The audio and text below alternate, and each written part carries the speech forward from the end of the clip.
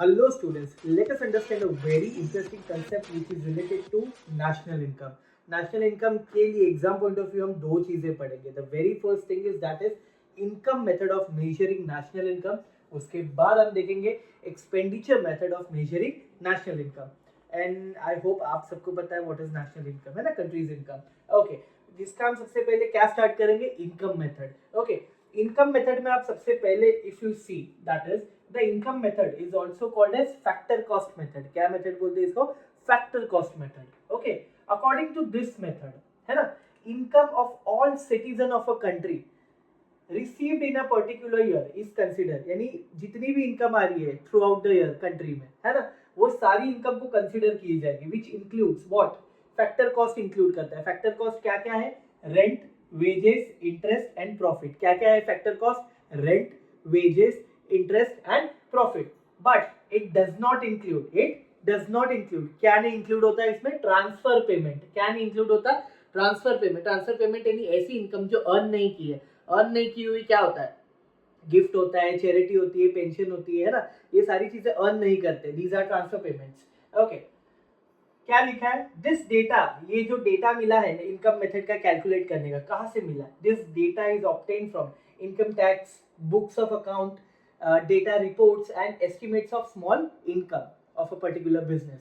वहां से मिले. ओके, तो इनकम मेथड में हमारे लिए एक पॉइंट है, एक कंसेप्ट है, दैट इज जीएनपी. जीएनपी क्या है? Gross national product.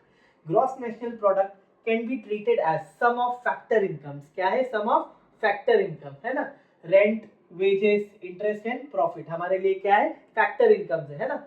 It is total value of all goods and services produce by a country in one year. Produce by a country in one year including amount of money that comes from foreign country. Filling the blanks में एक बार आ चुका है. क्या है gross national product? Factor income, है ना. It's sum of all factor income. It is a total value of all goods and services produce in a country, है ना. और साथ में क्या इंक्लूड है उसमें? मनी, जो भी इनकम रिसीव हो रहा है कहाँ से? फ्रॉम अब्रॉड और फॉरेन कंट्री.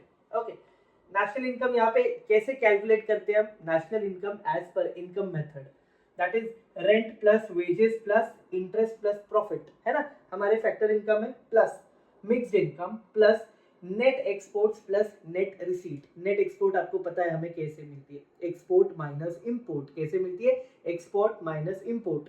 और नेट रिसीट कैसे मिलता है? Receipt minus payment. आगे जाके हम देखेंगे that calls net receipt. Precautions क्या है? क्या क्या चीजें हमें याद रखनी while calculating national income as per income method? तो आपको याद रखना है, इनकम मेथड कैलकुलेट करते हो कुछ चीजें होंगी जो इंक्लूड होंगी और कुछ चीजें होंगी जो एक्सक्लूड होगी. कुछ इंक्लूड करनी है, कुछ शुड बी इग्नोर्ड. सबसे पहले हम देखेंगे ट्रांसफर इनकम. हमने पहले ही बात की थी. ट्रांसफर इनकम क्या क्या है? Transfer income like unemployed allowance. Unemployed allowance आपको पता है, जो स्कीम्स होते हैं, स्कीम के मेडिकल अलाउंस मिलता है या कैश मिलता है गवर्नमेंट की तरफ से, वो कोई अर्न की हुई चीज नहीं है, तो वो चीज हमारे कैलकुलेशन ऑफ नेशनल इनकम में इंक्लूड नहीं होगी. उसके बाद है ट्रांसफर इनकम. ट्रांसफर इनकम आप देख सकते हैं, गिफ्ट, डोनेशन, चैरिटी वगैरह, ये सारी चीजें भी नेशनल इनकम में इंक्लूड नहीं होगी. Why? Because this is not earn, so can not be calculated और इंक्लूडेड इन नेशनल इनकम. उसके बाद है ऑल अनपेड सर्विसेज, यानी ऐसी सर्विसेज जो शेफ यानी कुक अपने बच्चों को देगा तो क्या चार्जेस लेंगे? नहीं. टीचर अपने बच्चों को पढ़ाएंगे, चार्जेस लेगी? नहीं. On the other hand doctor अपने पेशेंट की जगह अपने बच्चों का ट्रीटमेंट कर रहे हैं तो क्या चार्जेस लेंगे? नहीं. 100 रुपए लाओ? नहीं. So these are all unpaid services, है ना, which cannot be included in calculation of national income. उसके बाद है any income from second hand goods. कैसे?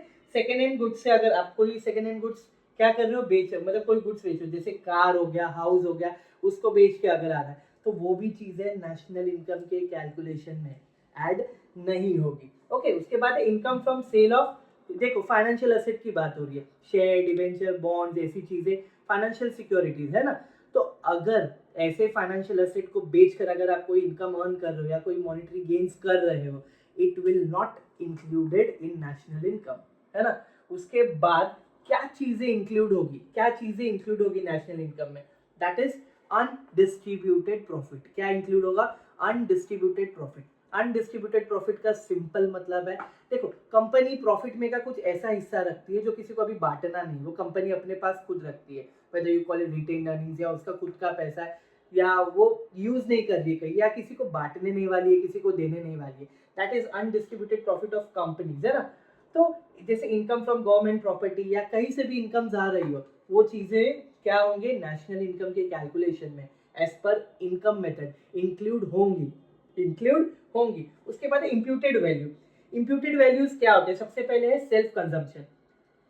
सपोज करो कोई बिजनेसमैन कुछ प्रोड्यूस कर रहा है, गुड्स वगैरह बना रहा है, सर्विसेज बना रहा है, अगर वो कैपिटल कंजम्पशन कर रहा है, यानी बेच नहीं रहा है इस बार, उसका खुद ही यूज कर रहा है। सपोज करो मैं गुड्स प्रोड्यूसर हूँ, मैंने गुड्स को प्रोड्यूस किया और कुछ गुड्स उसमें से खुद के पर्सनल यूज के लिए लिया, खुद ही यूज कर रहा हूँ, तो दैट इज कैप्टिव कंजम्पशन, खुद ही यूज कर रहा हूँ, तो वो भी नेशनल इनकम में ऐड होगा because that is produce in that year, है ना। उसके बाद है सेल्फ ऑक्यूपाइड प्रॉपर्टी से जो रेंट आ रहा है। सपोज करो मेरी कोई प्रॉपर्टी है, बराबर, वो मैं ही उसमें रह रहा हूँ, तो अगर उसका कुछ रेंट वेंट होगा तो वो भी उसमें ऐड होगा, है ना, क्योंकि प्रॉपर्टी मेरी है, उस पर जो रेंट का वगैरह जो होगा उसका एडिशन होगा national income and it will be calculated.